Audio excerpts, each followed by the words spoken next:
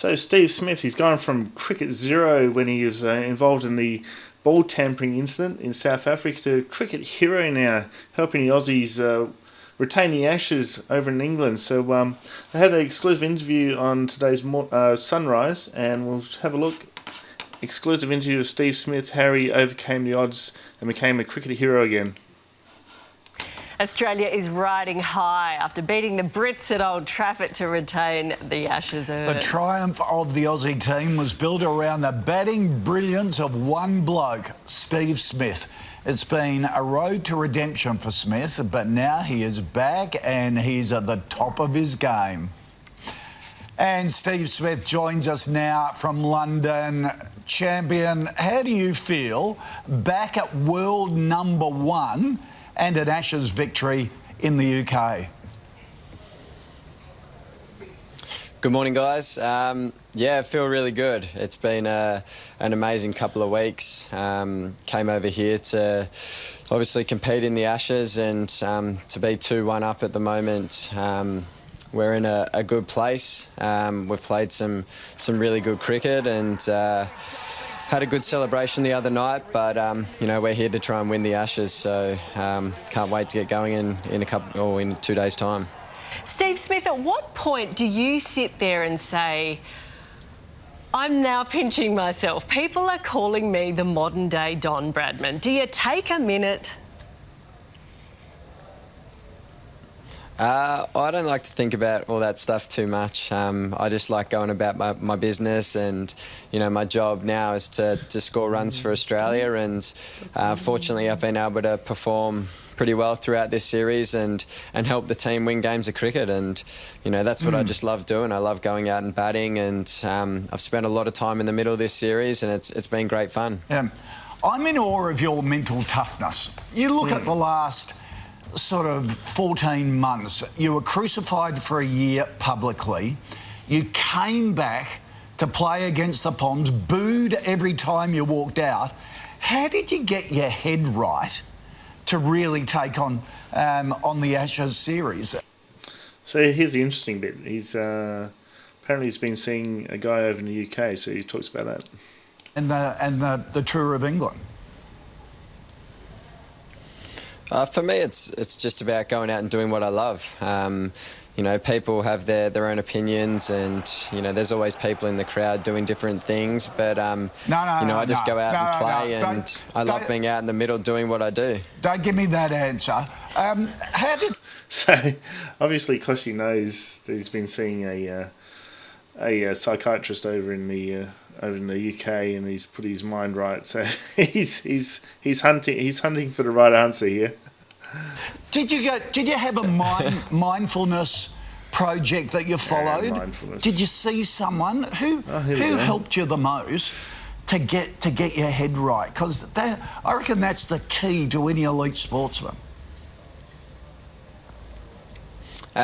Just my friends and family back home, really. They've been huge for me, a huge support base, and they're just really happy that I'm sort of back doing what I love. I've also worked with a guy over here in the UK named Maurice Duffy.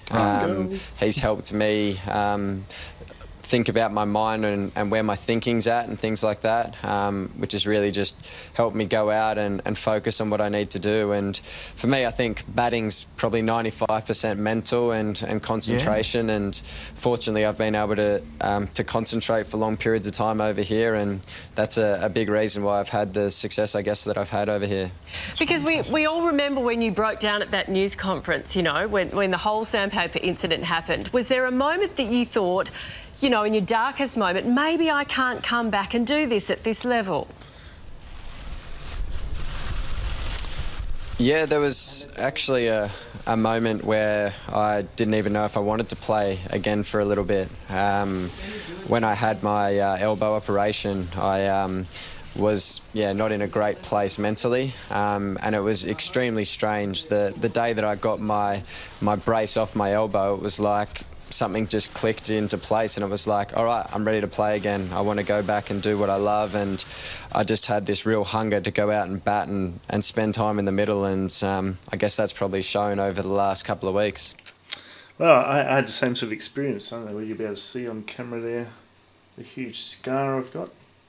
I actually broke my elbow coming downhill on the bike, and I didn't want to touch the bike after that. But once it healed again, yeah, as I said, it's like a switch flicked. You know, it's like got my hunger back for the bike and started riding again. So I know exactly where he's coming from there.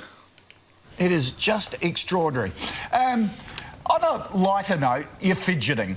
I have a 9-year-old grandson that is now starting to fidget like you playing cricket. I cannot believe it. Tell me that routine and how important it is for you. Yeah, I think it just switches me on every ball. So, you know, from the moment I step out onto the field, I do the same things when I walk out every time, and it just becomes a routine. And then I do the same thing every ball. I touch the same places. I have the same amount of bat taps, and it just becomes a routine. So I'm just doing, you know, every ball's an event, and I just keep playing events over and over, and you know, that for me just keeps me going and keeps me concentrating, and hopefully allows me to spend a lot of time in the middle to score runs. Yeah, so that's interesting, isn't it? It reminds me of like people like Rafa Nadal who have a set routine, and he even lines up his little water bottles and puts them in a certain place, and he does these little. Every time he does a serve, a lot of tennis players do that, and it's interesting that some of the cricketers are sort of cottoning on to this way of doing things. So it's really, what it does is really, one, it calms the nerves, and also makes you focus as well on the task at hand. It sort of settles you down, and you just zone in, concentrate, get your mind right. As you said, every ball, every point in a tennis match is important. Every ball in a cricket match is important, so you got to concentrate. There we go. Yeah, we hope that too. Yeah, exactly. It seems to be working. Lots of runs. So let's just go to the bouncer in the second test, and you obviously missed the third due to concussion. What do you remember about that? We saw you out there on that ground. It was horrifying. Yeah, initially when I first got hit, it was like, am I okay here? That was my first thought. It was a pretty good hit. And then it was like, my first thing that popped into my head was Husey. And we got hit in reasonably similar areas. I was like, that's kind of not fair, that he didn't make it through, but I'm okay. And that made me a little bit sad at the time.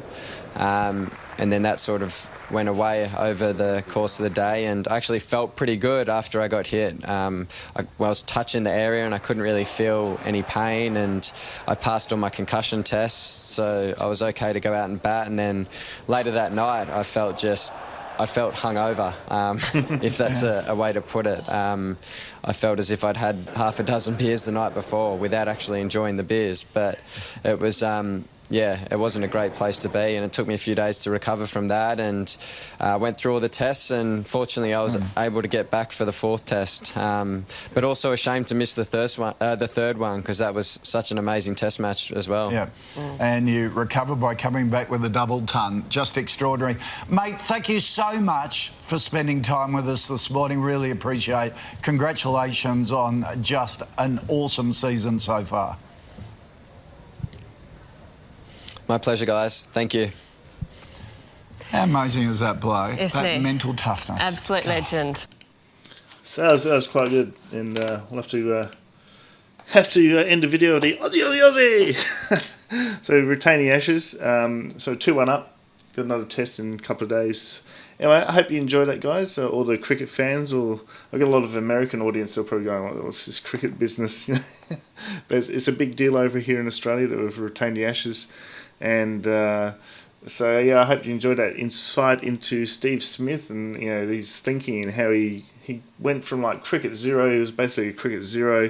Him and Dave Warner were just, like, ostracised. We didn't know what to do with him.